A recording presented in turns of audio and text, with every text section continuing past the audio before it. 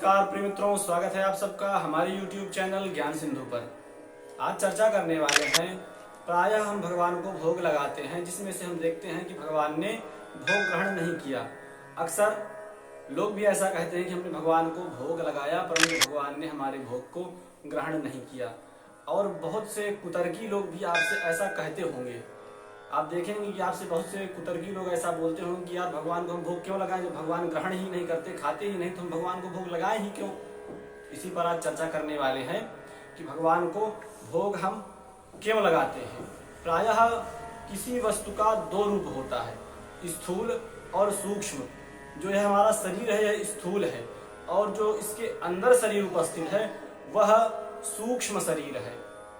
जब हम मृत्यु को प्राप्त हो जाते हैं तो उसके पश्चात हमारा स्थूल शरीर यहीं रह जाता है, जिसके माध्यम से जो अंत्येष्टि संस्कार होते हैं वह किए जाते हैं। और जो हमारा स्थूल शरीर होता है वह यहाँ से, जो सूक्ष्म शरीर होता है वह यहाँ से उठ करके ऊपर चला जाता है।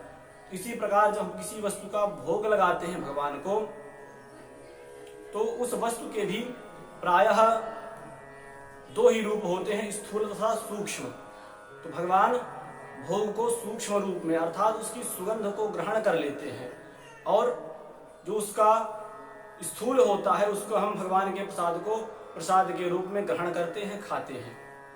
इसी प्रकार से मैं आपको एक छोटी सी स्टोरी के माध्यम से समझाना चाहता हूँ। एक गुरुकुल में एक गुरुजी से शिष्य प्रश्न करता है कि गुरुजी, हम भगवान को भोग लगाते हैं परंतु वो खाते नहीं हैं। तो गुरुजी पढ़ा रहे थे क्लास पर, तो गुरुजी ने उससे कुछ नहीं कहा। और क्लास संपूर्ण होने के बाद गुरुजी ने सभी शिष्यों से कहा कि ये वाला श्लोक याद कर लेना। कौन सा? बोले पूर्णमदः पूर्णमिदं पूर्णात् पूर्णमुदच्यते पूर्णस्य पूर्णमादाय पूर्णमेवावशिष्यते। बोले इस श्लोक को तुम सब लोग विद्यार्थी याद कर लेना। थोड़ी देर पश्चात गुरुजी ने उसी शिष्य से पूछा कि क्या तुमने श्लोक याद कर लिया? तब उस शिष्य ने कहा, हाँ गुरुजी, मैंने तो याद कर लिया श्लोक को। तब वह शिष्य गुरुजी को उस श्लोक को सुना देता है परंतु गुरुजी उससे कुछ नहीं कहते। तो शिष्य कहता है कि गुरुजी, मैंने तो श्लोक शुद्ध सुनाया है आपको, आप चाहें तो पुस्तक देख सकते हैं। तो गुरुजी ने पुस्तक दिखाते हुए शिष्य से कहा कि इस पुस्तक में श्लोक तो जैसा का तैसा लिखा है, तुमने कैसे याद कर लिया? तो शिष्य कुछ कह नहीं पाया, बिल्कुल चकरा गया। तब गुरुजी ने उसको समझाया, जो तुमने याद किया है वह सूक्ष्म है, तुमने उसको सूक्ष्म रूप में अपने अंदर धारण कर लिया है, अपनी बुद्धि में उसको उतार लिया है।